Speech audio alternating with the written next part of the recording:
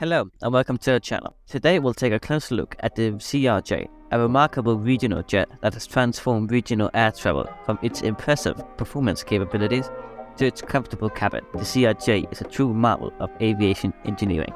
Let's dive in. The market at the time. The regional jet market in the 1980s was quite different from what it is today. At the time, there were only few aircraft designed specifically for regional air travel, and most airlines used larger aircraft for both regional and long-haul flights. Although there did exist some aircraft for the task, one of these being the BEA-146, which first flew in 1981. However, the BEA-146 was not really adopted by airlines in the US because it had full engines and therefore not very fuel economical. Only a few were used for regional air travel, though it did make the idea of regional jet travel a relevant one. Another one was the Fokker F-28, which was a Dutch jetliner that was more economical, but not a lot, so airlines' choices back then were quite sparse. How the CRJ came about. In the 1980s, the private jet market was a challenging environment, and the Canada Air Challenger, a small private jet, was struggling to keep up with the competition. Despite trying various strategies, economic downturns and a crowded market made it difficult for Canada Air to turn things around. However, in 1986, a lifeline came in the form of Bombardier, a major player in the Canadian aviation market, which acquired Canada Air. With Bombardier's backing, the Challenger program gained momentum. In the early 1990s, Bombardier recognized an opportunity to expand their Challenger program and venture into the regional airline market. They had the idea to transform their successful private jet into a small commercial aircraft, and thus the Canada Air Regional Jet, or CRJ, was born. After several airlines expressed keen interest in the 50-seater jet, Bombardier knew they had a gem on their hands, and the production was deemed financially viable, and so the design effort began. Development and launch. The CRJ-100 was developed in just 2 years, with much of its technology coming from the Challenger program. It was certified by the FAA on October 29, 1992, and Lufthansa received the first delivery soon after. The CRJ-100 quickly became a favorite among airlines and pilots alike, with its success being attributed to the limited options available at the time and its many appealing features. It also came just at the right time, where the market was limited by options. Lufthansa's subsidiary, Lufthansa CityLine, was the first to utilize -100 and remained a major customer throughout its production life. During its first 100 days in operation, the -100 achieved an impressive 99% dispatch reliability and had a 8% better fuel economy than originally projected. The shift towards hub and spoke networks in the US, which made it possible by the Airline Deregulation Act of 1978, played a significant role in the CRJ-100's success. The smaller size allowed it to operate at secondary airports and bypass traditional hubs, making it a popular choice in the North American market. And so, Bombardier had capitalized on nearly everything there was to capitalize on: very good timing, changing aviation landscape in the US, and limited competition. Further development of the CRJ. In 1995, after watching the success of the CRJ-100, Bombardier wanted to capitalize even more on CRJ and decided to upgrade the jet merely 3 years after the first variant came out. Instead of merely improving on the CRJ-100, they decided to create a new jet that could incorporate all the different variations of the previous model. Bombardier was smart and based the development of the new CRJ-200 on feedback from -100 operators, resulting in significant improvements over its predecessor. With a longer fuselage, the CRJ-200 could now comfortably seat up to 50 passengers. It also featured more powerful engines and a higher maximum takeoff weight, which allowed it to operate on longer routes. Certified by the FAA in April 1996, the first delivery of the CRJ-200 was made to Comair, and it quickly became a popular regional jet among major airlines, including Delta Connection, United Express, and American Eagle. In fact, it was the best-selling regional jet worldwide until 2004, when the Embraer E-jets were launched. CRJ-200 marked a significant step forward from Bombardier, solidifying its position as a top manufacturer of regional aircraft. The CRJ-700. In the mid-1990s, the CRJ family of regional jets was already making waves in the aviation industry. With Bombardier keen on staying ahead of the competition, the program began exploring ways to improve upon the design even further. As a result, the idea of a stretched version of the original Challenger program was born, which would become the CRJ 700 program. It was officially launched in 1997, and the CRJ represented a significant milestone for Bombardier. With a stretched fuselage, the new jet would be capable of seating up to 78 passengers instead of 50, making it a highly attractive option for regional airlines seeking a balance between passenger capacity and operational efficiency. After extensive development and testing, CRJ 700 took its maiden flight in 1999.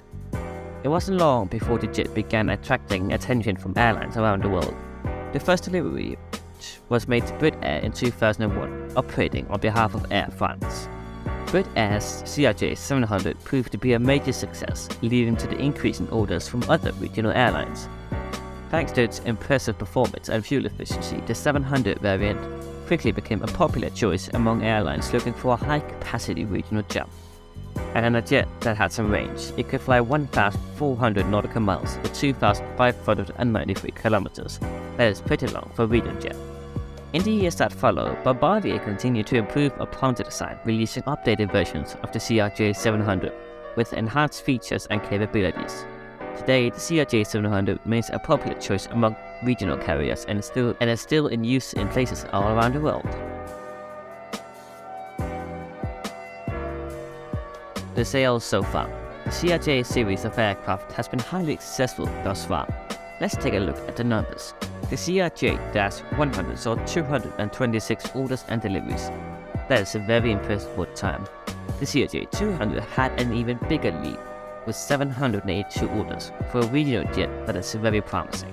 Altogether, the original generation saw 1,008 orders and deliveries. Moving on to the CRJ-700, there were 333 orders and 317 deliveries, though some airlines cancelled their orders. The decrease in orders can be attributed to minor economic downturn during the period. Additionally, the CRJ-700 is a larger, more expensive aircraft, making it less appealing to smaller airlines, which were the primary customers of the CRJ-100/200. The competition starts.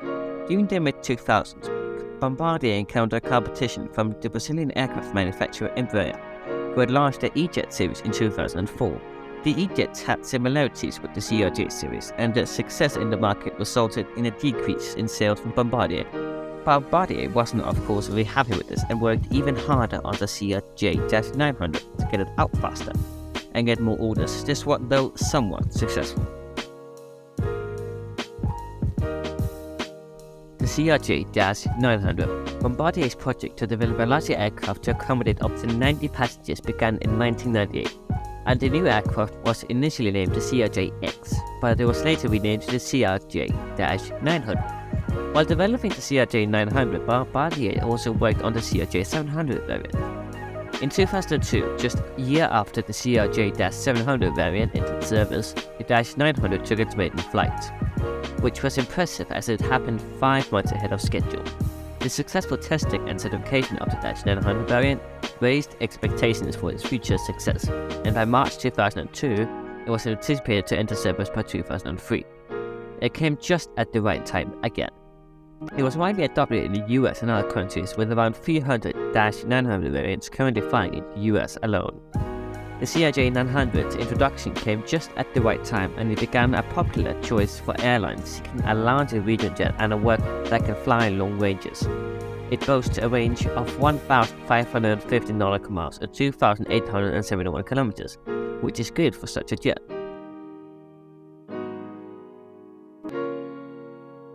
The next generation. In response to the challenges posed by the Embraer E-Jet series and declining sales, Bombardier took action by introducing the CRJ-900 next generation to replace its initial version. This updated model came with significant improvements, including a conic nozzle that enhanced fuel economy by 5.5%.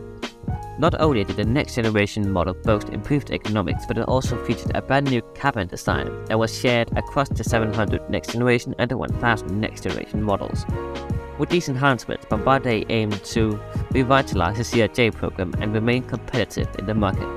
This was successful and they did revive the program for a bit, but then sales continued to go down, so it did not rescue the CRJ program as it was intended to. Over the next years, sales are on a decline and nothing really happens here in the CRJ history timeline.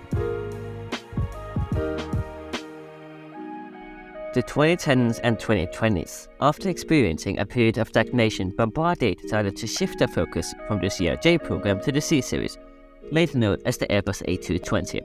As a result, the CRJ program stopped gaining profit, which led to financial trouble for Bombardier. In addition, the legal battle with Boeing over the C-Series and the eventual Airbus takeover furthermore affected Bombardier's commercial aviation operations. As a result, Bombardier made the decision to exit the commercial aviation market after 40 years of producing commercial aircraft. In 2018, Bombardier sold the C-Series to Mitsubishi, and the aircraft was subsequently renamed the Mitsubishi CRJ. On February 28, 2021, the final Bombardier CRJ was delivered to SkyWest Airlines, effectively bringing an end to over 40 years of developing and producing the CRJ. Despite its end, the CRJ series left a significant impact on the regional jet aviation market and played an important role in connecting communities worldwide. It became the world's best-selling regional jet with over 1,500 ordered and made. Later,